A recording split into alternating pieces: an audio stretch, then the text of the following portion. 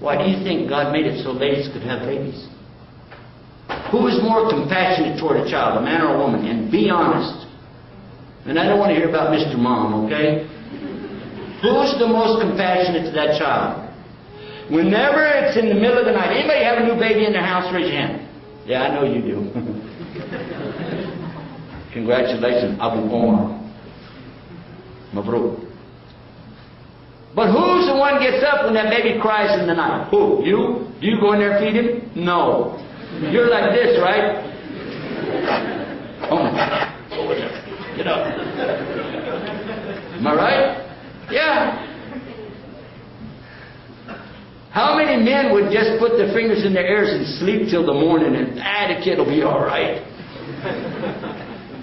Seriously. Who has the compassion for the child? The mother. Who is the one who really will work with that child to teach him how to speak? The mother. Who is the one who's going to set this child's personality in place? The mother. Who's going to come along and corrupt it? The father.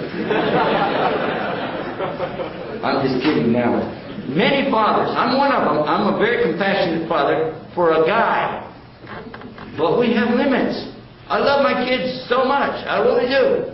But I got limits. And my wife, she's so patient. My 28-year-old son, by the way, just now getting out of the hospital from double pneumonia. He nearly died. They had to run that tube down, what's it called, that breathing tube. What do they call it? No, the tube itself that they... Ventilator. It's not a med school, is it? The ventilator. And he nearly died. And they were really concerned the first couple of days. Is he going to make it? 28 years old. I said, my God, he's so big and healthy. I can't believe this is happening.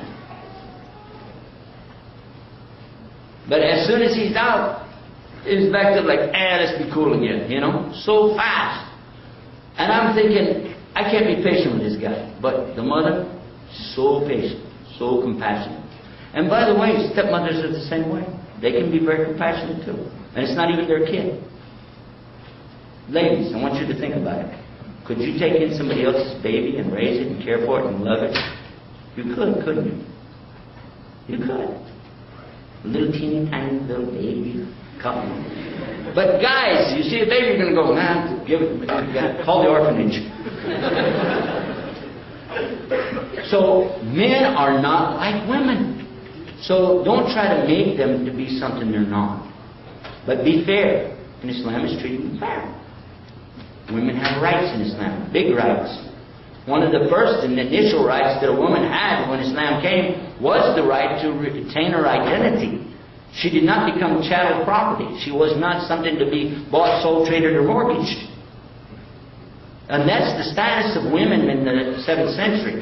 And if you doubt that the church had the same opinion, it was in the 7th century exactly when the church, Catholic Church, held their council to decide whether or not a woman even had a soul. Hello. But Islam came and said, look, these are ladies like yourselves. They have rights. You have to honor them. You have to respect them. But they're different than you are. A woman is not like a man, and you have to give them respect. And even the expression that the prophet used, peace be upon him, was to describe Eve and how she was made from the curved bone of Adam. Not the same as Adam, because she's different, but still what? Not from the foot bone, by the way, to be under him, or the head bone to be over him, but right here from the side to be with him. Make sense? Look how Islam is explaining this subject, that she is curved, meaning she is not the same as you are, but it says don't straighten her. Leave her to be in her way. A man is in his way, and a woman is in her way. They're not the same. Don't try to make that an equals, but do make it fair.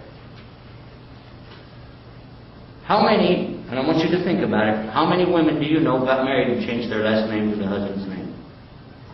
How many men got married and changed their name to their wife's last name? Huh? And we're going to exclude all of California, by the way. I think I'm going to bring that up. Because Islam forbid that 1400 years ago. The woman keeps her name, she keeps her identity, and she has a legal contract for marriage that clearly spells out what the deal is going to be. And the man has to live up to it. And a woman has the right to divorce. It's not liked in Islam, but there's a whole chapter about divorce in the Quran, explaining the rights of both parties. The man and the woman having the right to divorce. But it has so many chances for reconciliation and to be fair. And it's constantly reminded to be fair in a divorce.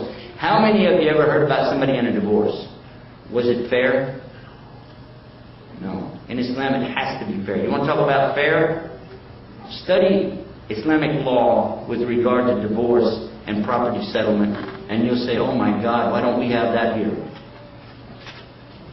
I'm going to wrap it up on that. I wanted to share just one aspect, one facet of the beautiful diamond of Islam, and that's to talk about the role of the women. And by the way, I mentioned to you earlier in the program, Islam is the fastest growing religion, but I didn't tell you who are the people coming into it the most. For every man that enters Islam, anywhere from 4 to 10 women enter Islam,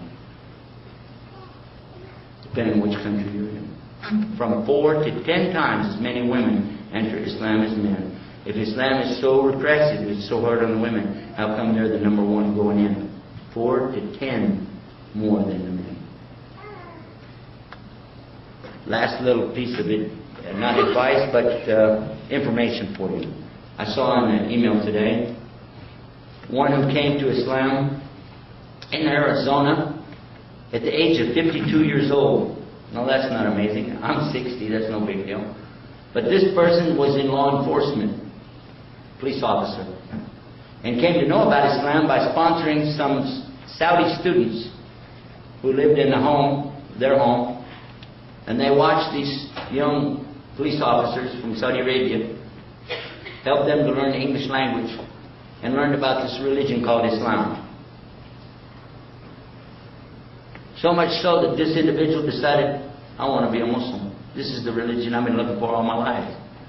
You know what happened? He said, after I became Muslim, I had a problem with the dress code. Police dress code. You know why? They wouldn't let her wear the hijab while she was on duty. But after she finished her tour of duty, then she started wearing this hijab. It's a beautiful story. There's a whole lot more of them out there. Take time and find out more about the real Islam and about the people who follow it. I think you'll be impressed.